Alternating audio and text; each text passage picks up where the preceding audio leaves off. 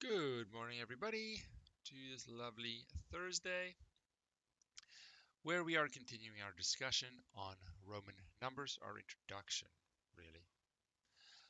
As always, can we get some confirmation in the chat that you can see and hear me? Then we can get going. Where's my glove? Oh, I need my glove. All right, we're good to go. Now, I understand if you look at the schedule, we are a little bit behind schedule. We are not ready for arithmetic just yet. We still have to make sure we understand the Roman number system completely. And there is a little bit of an issue that we need some time for. So, if you are up to speed and watched yesterday's lecture one way or another, you should notice that following the current rules of the Roman numbers, following the rules that are there for, or there to ensure that I have only one specific way of representing a quantity. If I follow those rules, then the largest number we can represent, the largest, let's say here, quantity we can represent is going to be 3,999. Because as soon as we go to one more, 3,999, as soon as we go one more, we have 4,000, and we're not allowed to have four of the same letter in a row. So that's a little bit of a pickle. Now, initially, they didn't even care about this because the Roman Empire, I guess, wasn't that big. They didn't need to perform calculations with larger numbers. They didn't need to pay a lot of taxes. They didn't have a lot of land, or for whatever reason, the quantities that they worked with on a daily basis didn't require that this is an issue. But eventually, of course, the Roman civilization grew and were quite successful, in part to the efficiency of their number system. It worked, it was simple enough to use. But eventually things got a little bit bigger. Numbers got bigger. Everything grows eventually. So they needed to update the system in the most efficient way possible. So their idea is really very interesting. What they came up with is to not introduce new symbols past M and make it more and more complicated, but instead they use a line above the letters to indicate multiplication by 1,000. So for example, if I wanted to represent 5,000, I would represent that with 5, and then a line over it means times 1,000. So in this way, they were able to represent larger quantities without the need to introduce more and more letters. So what we're going to do is just check if our example is ready. Back it up. I'm over here in exercise 5.3 first. Oh, I just did 5.3, number 1a. That is how efficient I am. So let us just number that appropriately, and we are already in exercise 5.3, 1a. Backwards, but still. B. So now it's just a matter of getting used to this extra rule or system or component that allows me to represent and work with larger numbers. The essence of the system doesn't change, as we'll soon see. XXV, all with a line over it. XXV line. That would be what's under the line. 25, and then the line makes it 1,000. Okay? So I still look at what's under the line, then just shift it to the thousands, essentially. Okay, so with this, luckily, we're pretty much done. There isn't any new component to the Roman numbers. We're just trying to get used to it now. Your mic is not muted. Watch out for some background noise. I don't want to mute you because you're one of the few people that actually speak up. And if I mute someone on this side, I might forget to unmute them. And I don't want to do that to you. CCL with a line. CCL with a line. And then 3 M's. M, M, M. All right. So let's see. I have 250 under the line. So 250,000 and 3,000. So 253,000. Now, the nice thing is, I'll say at this stage, that we can still work in thousands in this case.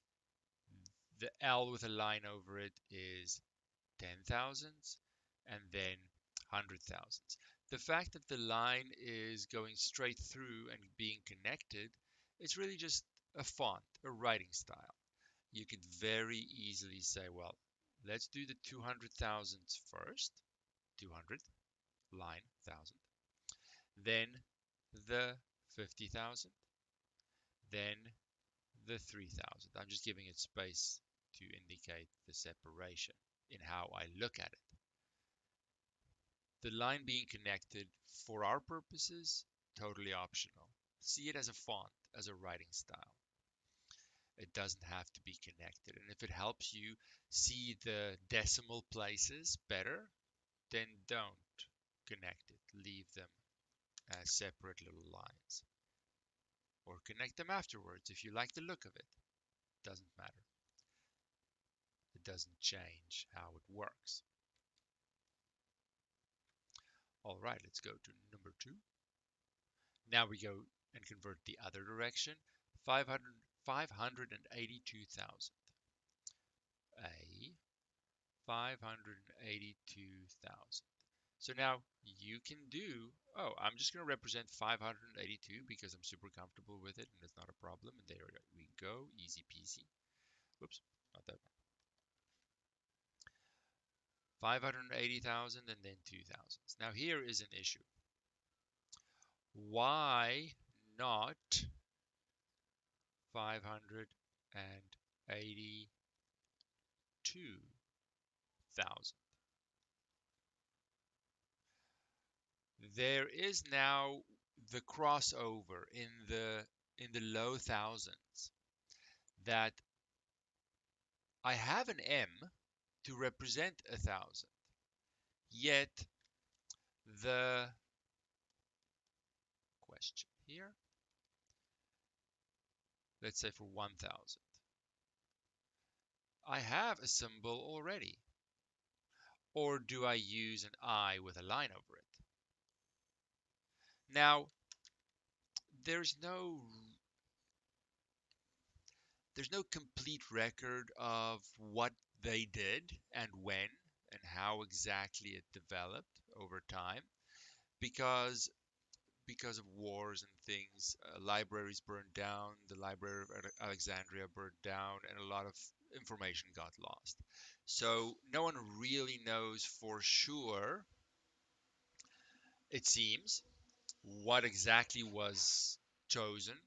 We, however, have to make a decision so that we are consistent and we preserve the very important aspect of the number system that any quantity has only one representation. That is the most important thing.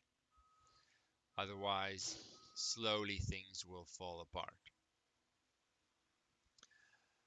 So now we have this issue around the thousands that if I don't make a decision, I'm going to have two ways to represent the number, and that is not okay.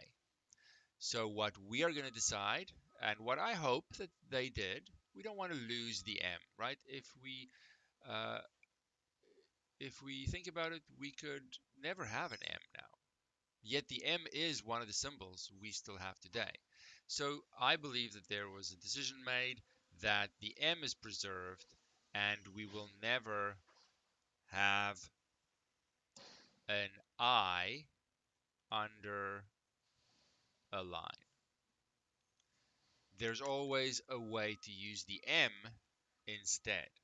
So there is, I lied, I apologize. There is another little rule here that we are going to follow. That is, you will never have the I letter under a line. There is always a way to use the M instead. So when I have this 2000, that doesn't appear under the line because it has its own symbol and not using I's under lines. All right, that is now the rule we're going to make, as if it definitely happened when you look back at history, though we don't really know exactly what happened.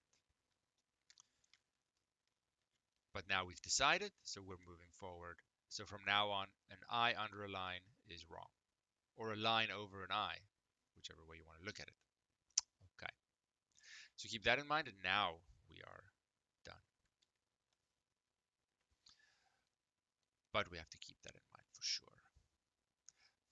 53,000 is our next one. 53,000. So there are some things to discuss here and get used to. And I thought I left 2 lecture blocks for this discussion, but apparently only one. But I think we're going to be okay. We're just a little behind schedule. We'll catch up very quickly. Probably Tuesday we'll catch up. So here we have 50,000 and then 3,000. That's how we're going to do it. Okay. Next one, last one. 168,000. 168,000. 100,000. 60,000. 8,000 will be 5,000 and another 3,000. Just like I can compare 8 with 5 and 3 ones. It works the same even in the thousands. So that makes me think of something else. And it's very quiet. Let me know how you feel about this discussion. If I should repeat something, if I should go faster, if you're bored, whatever it may be. When I look at 8,000 versus 8, the system looks the same. So then it's hopefully an obvious question to ask, well, what about 4,000? Because 4 at that stage was an issue and I needed new symbols essentially, and I made those subtractive pairs. So here's another question. It's not really a new rule, it's just something that needs to be clarified. If we look at 4, that was 1 less than 5. 40 was 10 less than 50. 400 was 100 less than 500. What's going to happen to 4,000? Well, it makes total sense because I can't have 4 M's. I need to have a new subtractive pair. It's going to be 1,000 before 5,000. New subtractive pair. And then, of course, 9,000 will be 1,000 less than 10,000. New subtractive pair.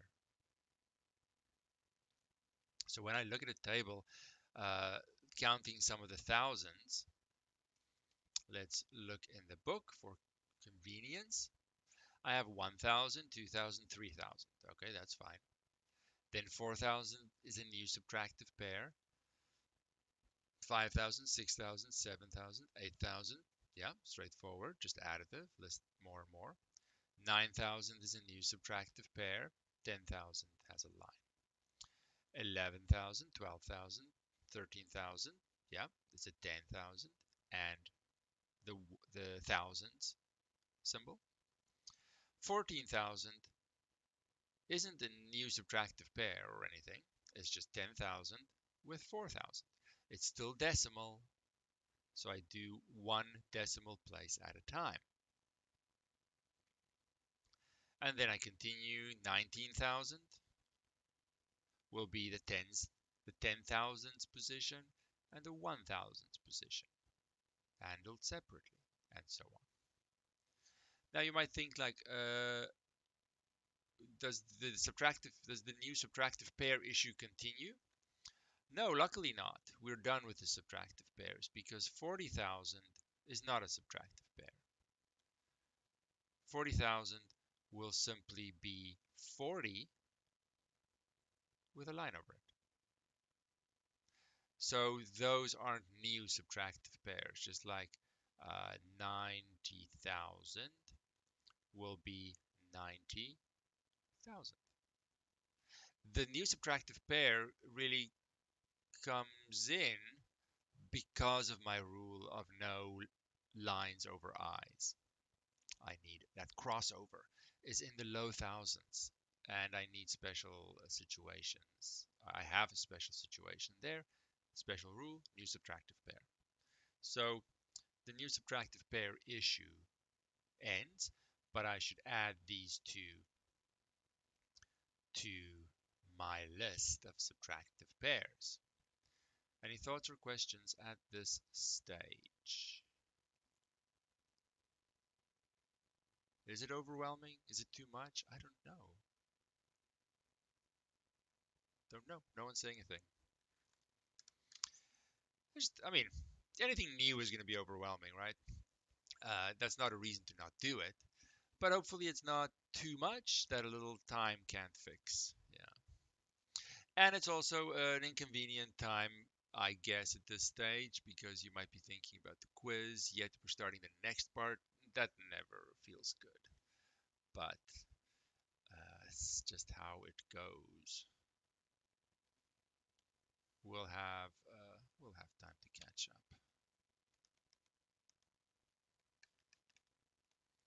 That's what the weekend is for. What else would you do on a weekend? So now, technically, you could, uh, you have no limit to the size of the number. We have no size restriction. That's right. Let's say that. We have no size restriction for our quantities anymore. Anymore. That if I have, let's say, 5 million, we'll simply make that 5,000 and then times another 1,000.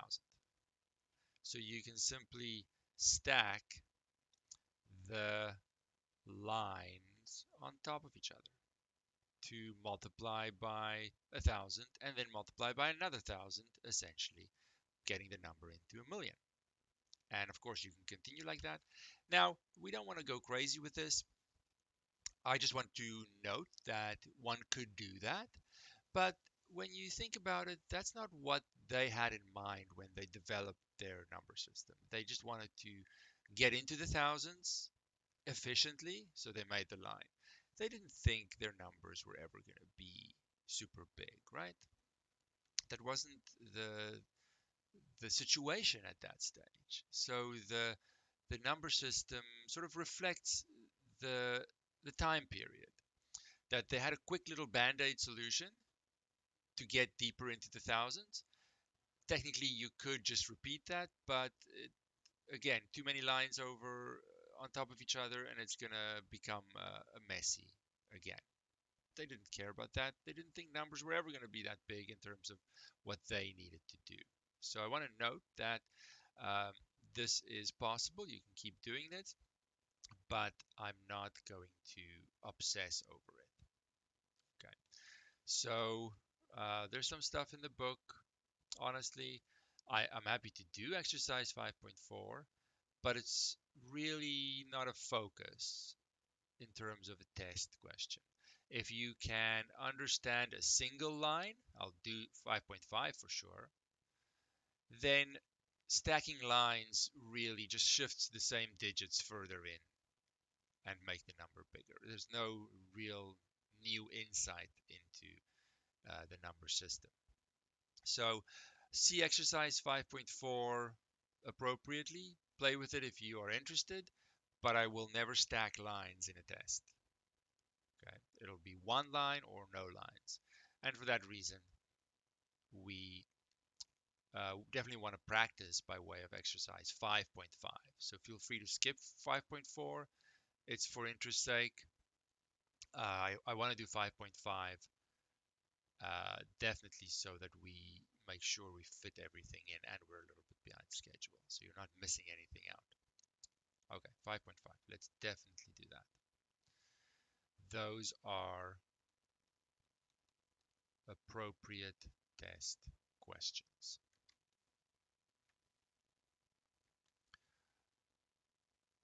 So we have our two conversion directions. Of course, that's what we're going to have to do on the eventual quiz 2. Given a Roman number, well, make sure it's valid and then convert it. And the other way around. Given a decimal number, convert it back to Roman. So this is a lot to write down. Running the risk of making a copy mistake. I guess I should do it. I'm just going to move this over so I can see it on my other screen. And I'll try and copy this without a mistake.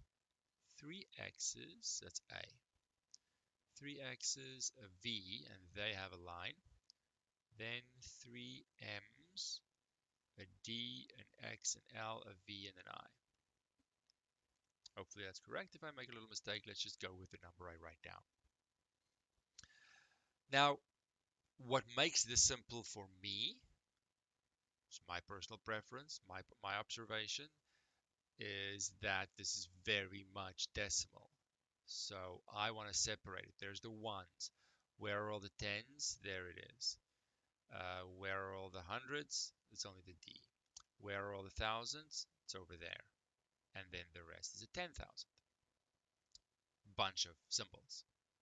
So this will then be, I'll still write it from left to right. I'm now in the 10,000s. That's 30,000. That's 38,546. But do it one decimal place at a time.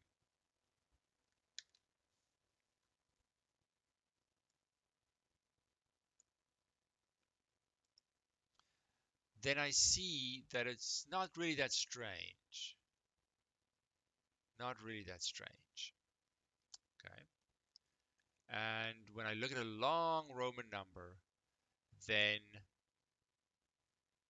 it might look intimidating. Like, what do I even do? But if I think of it as a decimal number, which essentially it is, then it becomes less intimidating. Okay. B. I'll copy B. It's a long one. D, C, L, X, X, X, V. All of that gets a line. M, C, D, I. Okay.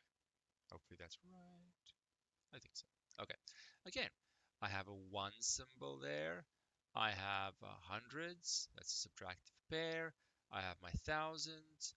I have, that's where the thousands ends. I have 10,000. Oops, not there. There. And then I have 100,000. Okay. So I have 600,000 because it's 500,000. It's 500 and another 100. That's 600 with a line is 1,000. 600,000 and 50. No, I didn't do that right, did I? Nope. Back it up. Let's pretend I did that on purpose, just to see if anyone was going to say anything, and no one said anything. My 10,000s will be 50 and the 3 tens. So I have 600,000, I have 80,000, I have 6,000, I have 401. How do we feel about that? If you have a different way of looking at it, of course, go for it.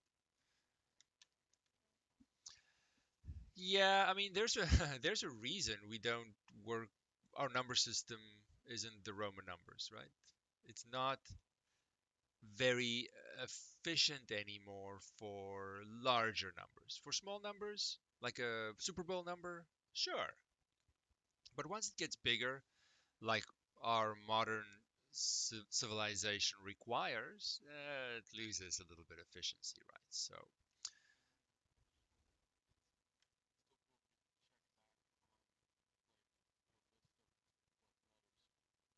oh, absolutely, absolutely. I mean, the test as well is going to be open book, so you can technically always do that, right?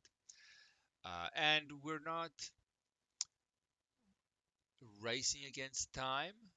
The only danger really is if you can use it as confirmation, but I wouldn't have no idea how this works and then try and look it up in a test. Then I think you might run out of time.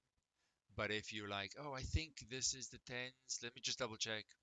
I guess that's okay. Yeah, you find your sort of your comfort zone, but you'll always have those resources available. Yeah. Let's go to the next one. MCCCLXX. Those have a line over it. Then I have an M without a line. That's an ugly M. I apologize. Then I have a V with a line over it. Then I have a D X I X. Whew. All right. So I'm not going to start writing this down. I'll probably make a mistake.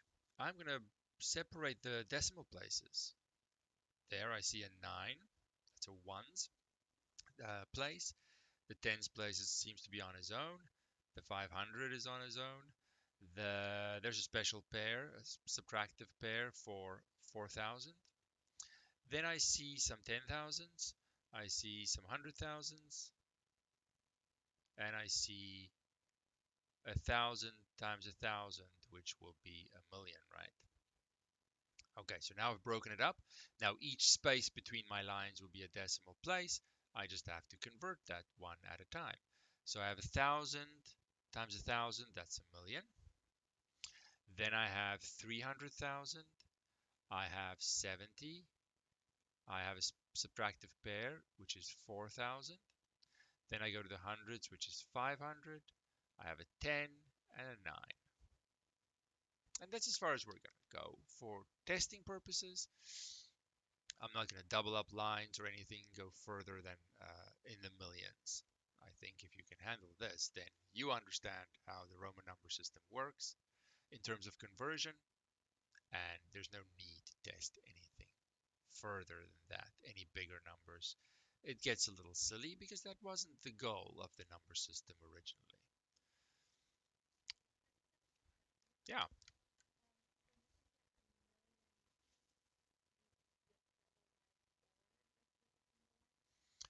How would you get it with a double line?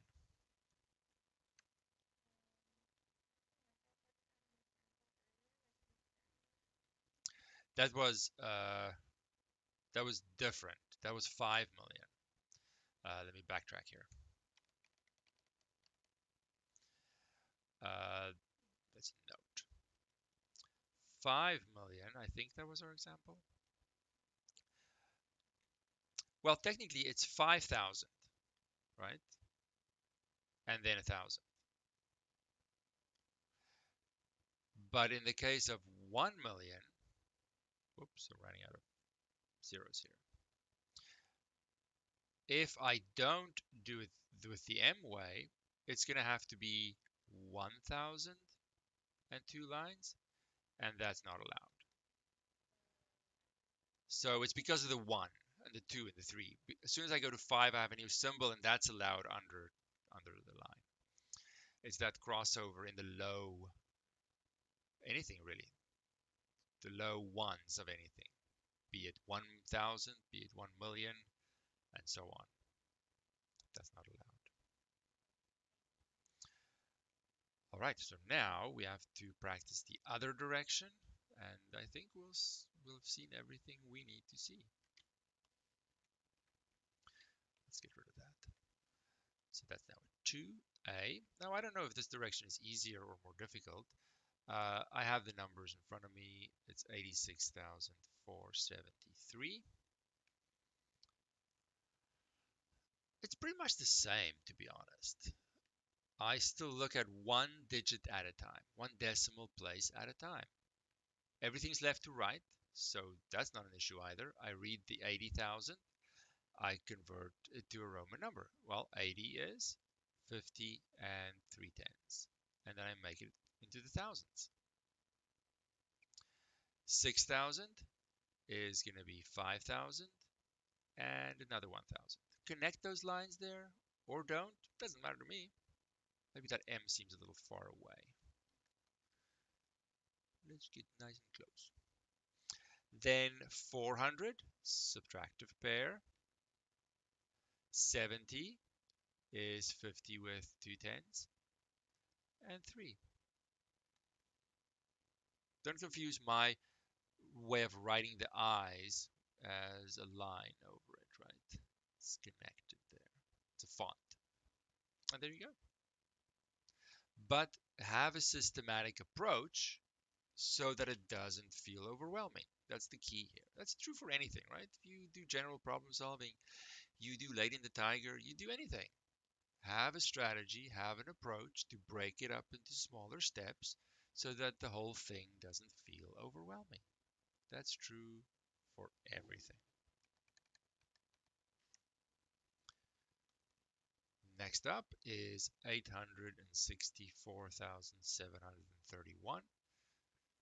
Now, these numbers are probably already too big for what the Romans needed or wanted, but we'll stop at millions, and I think that's a good balance. 800,000, well, 800 is a 500 and some hundreds. Make it 1,000, or put it into the thousands with the line. 60,000 will be 60,000. Connect the lines, don't connect the lines. I don't care. That's not the point here. 4,000, oh, I know. That's a subtractive pair, which is 1,000 less than 5,000. 700, that's 500 and another 200. 30 is just 3 x's and 1. Systematically build the number. That is a long number, and probably part of the reason we are not using the Roman number system day to day anymore. We do see it sometimes. Page numbers, maybe some clock styles have the Roman numbers, Super Bowl numbers. So we do have a connection to it because it is underneath the surface decimal. But it's not as efficient as our number system, our decimal numbers, and we'll get to that in chapter 7. Last one, 6,638,407. No, 457. And again, that is as big as I'm going to ever get. I'm not saying the test will be that big. It might not be, it's random, but it won't be bigger than the millions. So 6 million. So it's 6,000. Oops. Yeah, 6,000. 6,000. Make it, push it deeper by another 1,000. Okay. 600. Okay, so sometimes in the millions, I'm going to have a double line. Fair enough. I'll try and avoid it in the test, so you only have single lines. I guess some higher single millions will have a little crossover. True, true. I'll try and avoid it. 600,000, 600,000. 30,000, 30, no, not 30. Yeah, 30,000. Yeah, 30,000. 8,000. Well, that's 5,000 and another 3,000. That's sort of my crossover. Some have a line, some don't. Yeah. Just like in the millions. Some have a double line, some have a single line. Yeah. 400 subtractive pair. 50 L 7 VII. There we go. Easy peasy. Well, no. With some practice, I guess it could be. There's no reason why it can't be. I think it's manageable. The things you have to remember is not that bad. I do want to caution you against uh, relying too much on looking up what is L again? What is 50 again? What is this again? I think it's going to be a dangerous game. I think it's better to almost completely, if not completely, memorize the symbols and understand the system. I think the time you'll waste by having to look up stuff that you don't have memorized, you can use that time in other questions that might that that is supposed to be more challenging. The goal here is to know it, like I'm doing it without looking. I don't have a table. I have a little piece of paper secretly on my desk. No, I know the symbols. I just write it down. I think that's better. And that's where open book tests can be dangerous. That you can look things up, you don't have to memorize anything, and then you don't really understand it completely because you didn't go through that memorization process. It's risky. It's risky. I would I would see the test as there is no resource, there is no open book aspect. Can I still do it? Then you can use it as a safety if you freak out in the test, like, oh, I don't know if I'm right here. Can I just look it up and double check? Sure, use the book, but use an open book. Use the open book aspect in the right way. Otherwise, it could catch you out. It's a risky game. It can make things actually more difficult than if you just didn't even think that you have any option. All right. So now I will, in our remaining time, paint a picture of what is to come. Because it's important that we understand why we're doing something, even if we can't understand it completely until we look back. Okay, when it comes to arithmetic, that is, I would say, the biggest topic by far in the elementary school curriculum. By far, it's arithmetic. In one form or another, it's really all about arithmetic until maybe grade 7. It's such a big thing.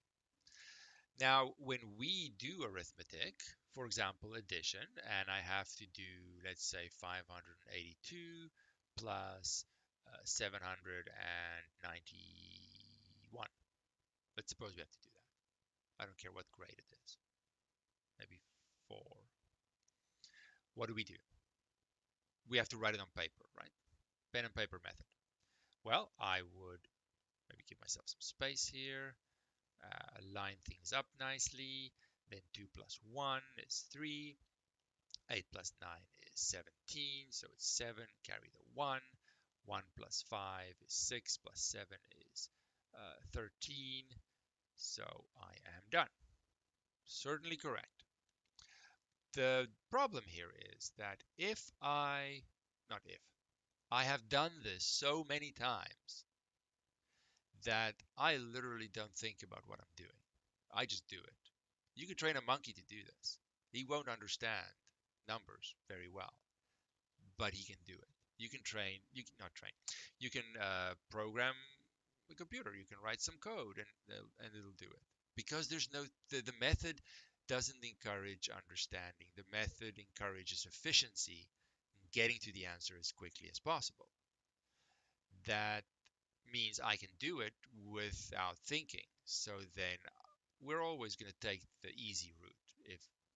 If I do this 1,000 times, I'm going to naturally stop thinking because the method doesn't need me to think. However, now the same thing happens if I do, let's do 791 minus 582. For minus, I need the other one to be bigger. Same thing happens here. I've done this countless times. So I now have to go and subtract. I borrow from the 9. That becomes 11. 11 minus 2 is 9. 8 minus 8 is 0. 7 minus 5 is 2. And I'm done. I didn't think about anything I did there. There's no understanding in this. The method that I used was to find the answer, not to understand what's happening. However, the problem is if I'm now a teacher sitting in front of little Timmy who's doing this for the first time, sure, I can train him like a monkey. Just get the answer to me. Don't think about it. It's a waste of your time. But his brain is still developing. His number sense isn't my number sense. He doesn't understand. He doesn't have my experience. So it hurts him in the long run to train him like a robot, like a monkey. Just go through the steps and find the answer. That doesn't give him any understanding. And though many people would maybe disagree with me, that is not how we should be teaching. That is not what education is about. It's not about finding the answer at elementary school. It's about building a sense of numbers. It's building understanding. It's developing the the the thinking, the brain capacity. And then if one day in your job you just punch numbers into a calculator, sure, that's fine. But not little Timmy. Give him a chance. Maybe he's going to be something else that requires a lot of deep thinking and profound insight. We want to develop his brain now, and it starts with this arithmetic. It's not always about finding the answer. So, in order for us to effectively explain and teach why this method, for example, these two, why the arithmetic method is what it is, why do I, for example, let me just my pen here tangled up. When I look at the arithmetic here, why do I say 8 plus 9 when it's not 8 plus 9? Why do I carry the 1? Little things that I completely take for granted. I don't even think about it anymore because after countless repetitions, we don't. Unfortunately, the method encourages that. Why do I say 1 plus 5 plus 7 when they're 500? It's not 5. What is happening here? Why do we do things the way we do? Do we have a number sense and understand what is happening here? Why do I put the little 1 there and call it 11? What is happening here? Why do I say 7 minus 5? It's not 7 minus 5. It's not a 7. It's 700. And all kinds of things here. Why do I borrow? What do I do with the borrowing? All these things. It's brand new to little Timmy. He has never seen this before. Okay, fair enough. Maybe when he gets to 100, he would have seen it before. But still, the concept's brand new to a large degree. For me to effectively teach, I need to really understand what I'm doing, when I'm doing it, and why I'm doing it. And I might not be at that level because I'm so used to it, I don't think about it anymore. Now suddenly when Timmy asks me, why do I say 5 minus 7? I'm like, I don't know. Just because, Timmy, just do it. No, I need to think about this beforehand, before I sit in front of a student, and I have to be ready for any question, which means I need to have complete insight into what we're doing, when, why, and everything. Now, one way to do that is to say, okay, I can't work with decimal numbers because it's too familiar, it's too straightforward. I cannot start thinking about this. I'm so used to it. Why don't we step out of our comfort zone just a little bit, change the number system? Not completely, it still has a connection to decimal numbers, but it doesn't look that familiar. And that appearance change will force me to really think about what I'm doing when I perform the arithmetic. That is going to be our goal. So we're going to do arithmetic with Roman numbers. Now we know under the surface they're still decimal, so it hasn't really changed, but it looks different, and that alone is going to force me to really think about carrying over or borrowing. What is that? What am I really doing here? And that thinking I can then take with me when I'm sitting in front of little Timmy with my familiar decimal numbers. I need to start thinking about this. And there are other ways of doing this. I don't have to start from the right. There are other ways to do this. If I didn't think about this beforehand, I'm not going to be ready for little Timmy. I'm not going to be as good a teacher as I can be. So that is why we are going to, not today, of course, tomorrow. Oh, here's my PDF. It's on the screen. I'm like, where did the PDF go? That is why the next thing after our conversion questions is to perform arithmetic, arithmetic in the Roman number system. And it's going to be addition, subtraction, and multiplication. Division is a little different. The method is different. It's handled differently, and we don't get the same insight as we do with the other three. So don't worry about a division. We're going to talk about that much later, like chapter 9. Okay. But it's important to understand why we're doing this. Not for me to keep you busy, to get better at what I ultimately will do in my job potentially. Yes, what was your question?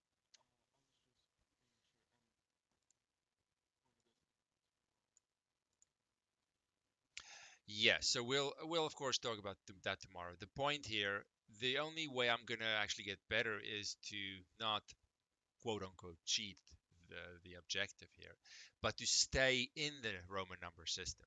Of course, I could very easily convert them, go through my no thinking uh, method because I'm so used to it, and then convert back. Then I've learned nothing. Yeah, the goal will be to stay within that number system, to force myself to have things look strange. It's going to look strange. Yet the underlying method will not change. I will do the method you have done thousands of times. We're not changing what's happening. We're simply changing the look so that we are forced to really think about what step happens when and why and so on. So there's no new arithmetic method that we're teaching, that we're learning, because the one we already know is the one you'll be teaching. We just want to be really aware of what that method is saying and why it's doing what it's doing. So it's only in a peer. Oh, excuse me. Got all choked up about arithmetic. It's so beautiful. I love it. The only thing we're doing is changing the appearance. We're not actually, when you scratch the surface, we're not actually learning anything new. We're just becoming more aware of what we already know. So it's a different objective. Yeah. But we will have to wait until tomorrow for that. At least I think it's tomorrow. Tomorrow is Friday, but let me check the schedule here. Why am I not sure? Second guess myself. Get away from me. October. Yeah, Roman arithmetic. There we go. So we are one day behind schedule, but that's not anything to worry about. We have a catch-up session after the quiz. We'll be fine. Nothing to worry about. So we do have tomorrow, we have to start with arithmetic. We won't do all of it. We'll see how far we go. And we'll finish on the Tuesday where we can sort of then really focus after the quiz if you're a little bit distracted by the presence of the looming quiz. All right. Any thoughts before we pick this up tomorrow? All right. Until then.